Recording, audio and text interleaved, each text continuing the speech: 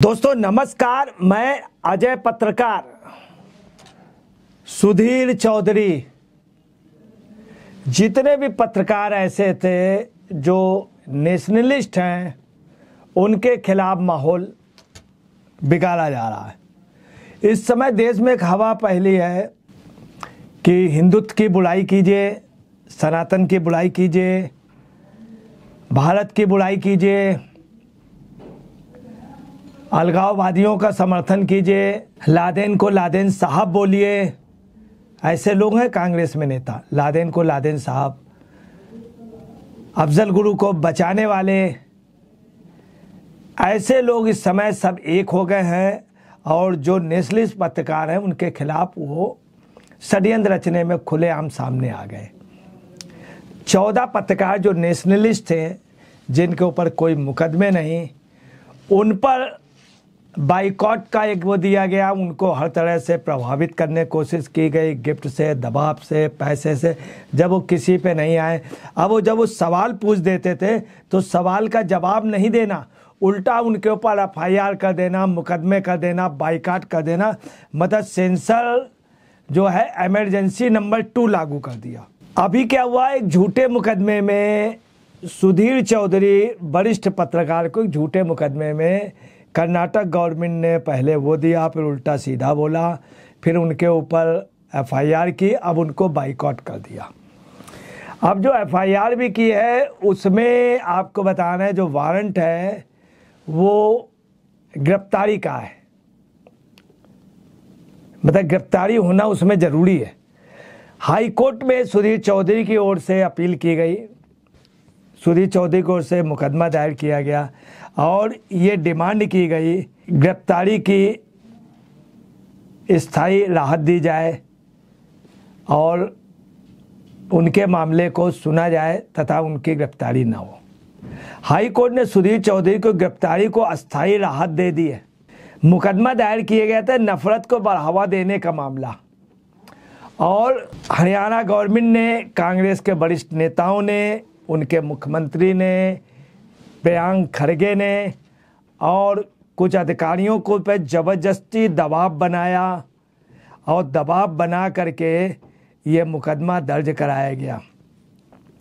आपको बताना है, अल्पसंख्यक विकास निगम के एक अधिकारी पर 2 दिन लगातार दबाव बनाया गया, मुख्यमंत्री से लेकर सभी लोगों ने, और उनसे मुकदमा लिखाया। मुकदमे में IPC की 153A और 505 के तहत मामला दर्ज किया गया। अभी तक पत्रकारों के ऊपर मानहानि के मुकदमे IPC की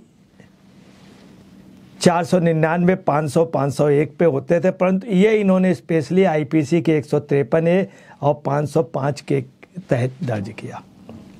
अब आपको बताना, न्यायमूर्ति हेमंत चंद्रचूड़ ने मामले में कहा, चूँकि ये सार्वजनिक डोमेन का मामला है इसलिए इतना टिपिकल नहीं है, उन्होंने कहा। और उन्होंने फिलहाल 20 सितंबर के लिए इनकी गिरफ्तारी और इनका मामला स्थगित कर दिया। 20 सितंबर को न्यायमूर्ति हेमंत चंद्रचूड़ ने मामले की सुनवाई की तारीख दी है। अब आप देखें, एक पत्रकार को ताजुब है, इस खबर को एक सांसद ने दी थी, बेंगलोर के सांसद का। इन नेताओं की आपस में हिम्मत नहीं हुई कि उस सांसद के नाम आवे, और इसमें बेवजह मीडिया को धुल बनाने में लगे हैं, मीडिया को बदनाम करने में लगे हैं, और ऐसे मीडिया को जिसके ऊपर कोई भी अभी तक चार्ज है ही नहीं। हाई कोर्ट ने बेंगलोर पुलिस से पत्रकार सुधीर चौधरी व अन्य के खिलाफ त्वरित कार्रवाई नहीं करने को कहा है। हाई कोर्ट ने स्पष्ट किया है कि त्वरित कोई भी कार्रवाई पुलिस से कि अभी नहीं की जाए। आज तक के टीवी एंकर ने दावा किया था कि कर्नाटक सरकार की एक योजना केवल अल्पसंख्यकों के लिए उपलब्ध कराई गई थी और हिंदुओं तक नहीं पहुंचाई गई। इसमें वहाँ के तमाम पेपरों ने, गवर्नमेंट की भी और कांग्रेस समर्थक एक संस्था ने भी इसकी बाकायदे अपने उस पर विज्ञापन दिया और बाकायदे अपनी उसने सूचना दी, तमाम लोगों ने दी। उन्हीं सूचनाओं के आधार पर सुधीर चौधरी ने खबर डाली। अब आपको बताना है कि वरिष्ठ पत्रकार सुधीर चौधरी ने और अन्य के खिलाफ एफआईआर की गई। शेषाद्रिपुरम पुलिस ने 12 सितंबर को विभिन्न वर्गों के लोगों के बीच दुश्मनी व नफरत फैलाने की भावना को बढ़ावा देने के लिए गलत सूचना फैलाने के आरोप में एंकर सुधीर चौधरी को टीवी टुडे के जर्नलिस्ट हैं, एंकर हैं, उनके खिलाफ शिकायत दर्ज कराई।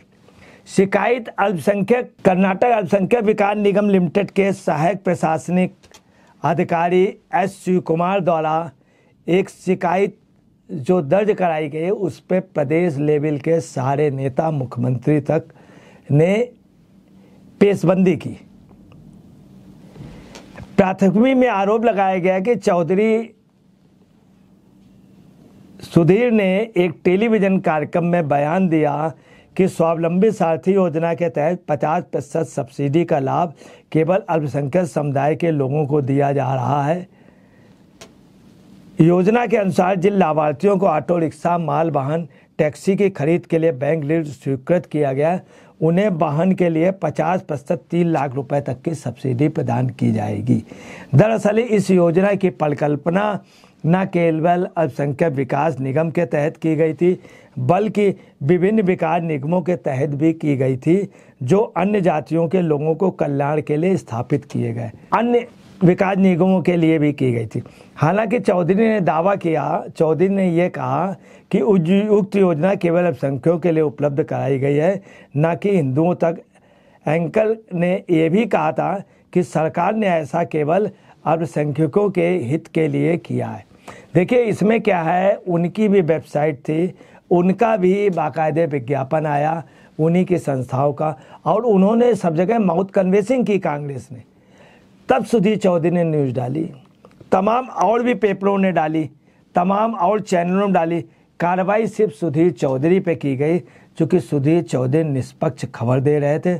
और इसके बाद क्या हुआ, कांग्रेस ने चूँकि योजनाबद्ध तरीके से मीडिया को कुचलने के लिए एक मूड बना लिया, फिर 14 पत्रकारों के खिलाफ उन्होंने बाइकॉट का नारा दिया। आपको बताना है, जब सुधीर चौधरी के ऊपर भारतीय दंड संहिता आईपीसी का 153A और 505 के साथ दंडनीय वो किया गया, तब मजबूरी में सुधीर चौधरी को कर्नाटक हाई कोर्ट की ओर मूव होना पड़ा। कर्नाटक हाई कोर्ट की ओर उन्होंने जब वो शिकायत की, तो न्यायमूर्ति हेमंत चंद्र गौड़ ने मौखिक रूप से महाधिवक्ता शशि किरण सेठी से बेंगलोर पुलिस को 20 सितंबर तक सुनवाई की अगली तारीख तक 20 सितंबर को सुनवाई की अगली तारीख तक उनके खिलाफ त्वरित कार्रवाई नहीं करने का निर्देश दिया है। उनके खिलाफ, सुधीर चौधरी के खिलाफ कोई भी त्वरित कार्रवाई नहीं करने का निर्देश दिया। साथ ही अदालत ने मौखिक रूप से कहा कि एफआईआर में हिरासत में पूछताछ की आवश्यकता नहीं है। ये भी क्लियर कर दिया कोर्ट ने कि हिरासत में पूछताछ की कतई भी आवश्यकता नहीं है, सार्वजनिक डोमेन में था। उन्होंने ये भी कह दिया कि ये जो न्यूज़ थी ये सार्वजनिक डोमेन में था। उसके बावजूद भी आप समझ लिए कर्नाटक की गवर्नमेंट, ये तमाम लीडर पड़े हुए हैं पत्रकारों के पीछे, जबकि सार्वजनिक ये जज साहब कह रहे हैं। अदालत ने महाधिवक्ता सेठी से कहा इस मामले को निपटारा किया जाना चाहिए, बुधवार तक याचिकाकर्ता के खिलाफ त्वरित कार्रवाई न करें।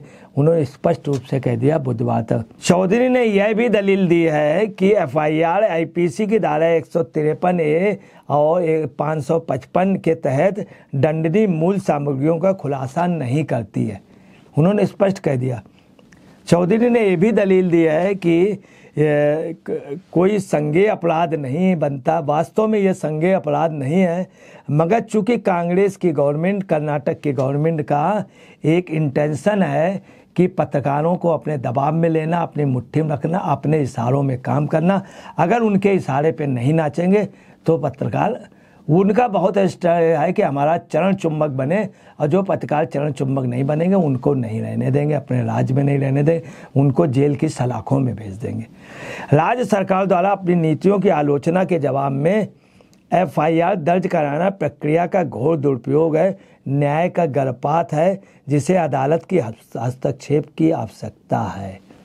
आप समझ लीजिए कितना बुरा है ये, कि एक पत्रकारिता के लिए कितनी बड़ी वो है, और आपको ये न्याय प्रक्रिया की एक बहुत बड़ा दुरुपयोग है, और ये अदालत को इसमें हस्तक्षेप करना चाहिए, बहुत जल्दी करना चाहिए।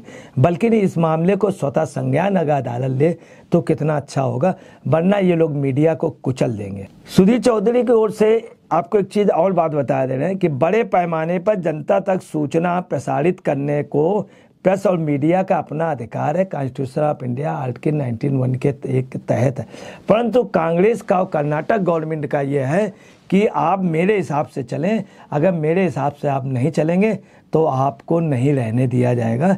ये इनका शुरू से रहा। इन्होंने इमरजेंसी लगाई, इन्होंने 25 दिसंबर 1975 को इमरजेंसी लगाई। इसके पहले सन 51 में भी यही किया, कॉन्स्टिट्यूशन ऑफ इंडिया का आर्टिकल 19(1) डैमेज किया। इसके बाद आपको बताना अभी इन्होंने बाइकआउट किया था। मीडिया के प्रति इनका सोच हमेशा गुलामों की तरीके रहा, जड़ खरीद गुलाम ये मीडिया को बनाना चाहते, और मीडिया इनसे बनना नहीं चाहता।